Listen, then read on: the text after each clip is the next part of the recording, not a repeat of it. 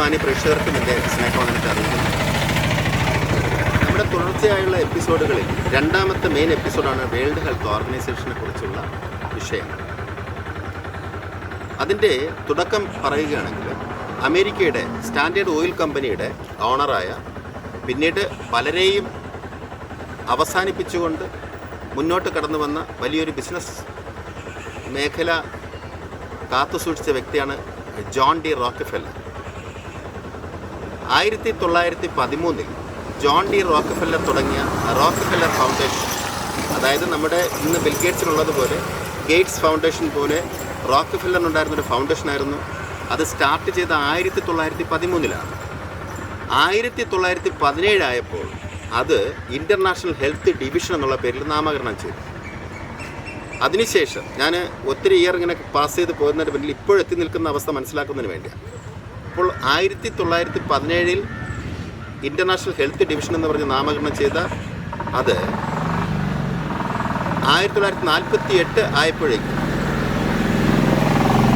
പല രാജ്യങ്ങൾ റിപ്പബ്ലിക്കൻ കൺട്രിയായിട്ട് പ്രഖ്യാപിക്കപ്പെട്ടു. മാത്രമല്ല ഇസ്രായേൽ അവരുടെ രാജ്യം പുനഃസ്ഥാപിക്കപ്പെട്ടു. ഈ കാലഘട്ടത്തിലേക്കും എത്തുമ്പോൾ വേൾഡ് ഹെൽത്ത് ഓർഗനൈസേഷൻ എന്ന പേരിൽ ഇൻ്റർനാഷണൽ ഹെൽത്ത് ഡിവിഷന് മാറ്റപ്പെടുകയാണ് ചെയ്തത്.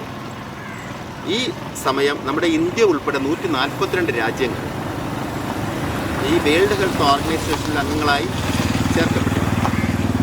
അതിൽ പ്രധാനമായും പറയുവാനുള്ളത്, വേൾഡ് ഹെൽത്ത് ഓർഗനൈസേഷൻ എന്ന് പറയുന്നത് ആരുടെ മേൽനോട്ടത്തിലാണ് എന്ന് നമ്മൾ മനസ്സിലാക്കുമ്പോൾ മറ്റൊരു കാര്യം കൂടി നിങ്ങളെ ഓർമ്മിപ്പിച്ച് പോവുകയാണ്.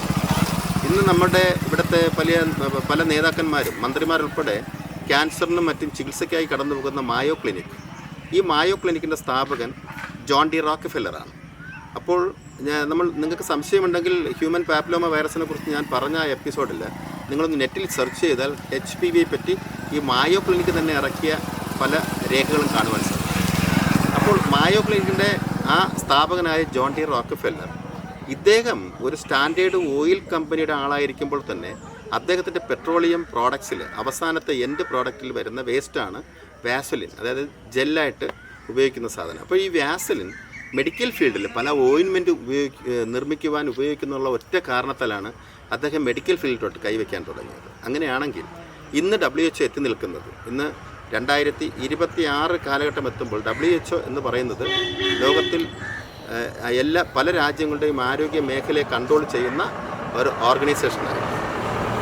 എന്നാൽ നമുക്കറിയാം, കോവിഡ് കാലഘട്ടത്തിൽ ട്രംപ് പോലും അമേരിക്കയിൽ WHO സപ്പോർട്ടൊന്നും വേണ്ടെന്ന് പറഞ്ഞ് വളരെയധികം എതിർത്ത ഒരു സമയം നമ്മൾ അറിയുന്നു. അപ്പോൾ നമ്മുടെ ഈ വാക്സിനേഷനുകൾ, ഇവിടെ നടക്കുന്ന ആരോഗ്യ മേഖലയിലെ പല പ്രോഗ്രാമുകളും വേൾഡ് ഹെൽത്ത് ഓർഗനൈസേഷൻ പറഞ്ഞാൽ അതിനെ പച്ചയ്ക്കങ്ങ് അനുസരിച്ചുകൊണ്ട് നമ്മുടെ രാജ്യത്തെ ഭരണാധികാരികൾ പോലും ഓച്ചാനിച്ച് നിൽക്കുന്ന ഒരവസ്ഥയാണ് വരുന്നത്. ഈവൻ പല സന്ദർഭങ്ങളും നോക്കുമ്പോൾ ഇപ്പോൾ നമുക്കറിയാം, ഈ കഴിഞ്ഞ ഒരു 5-6 മാസത്തിന് മുൻപ്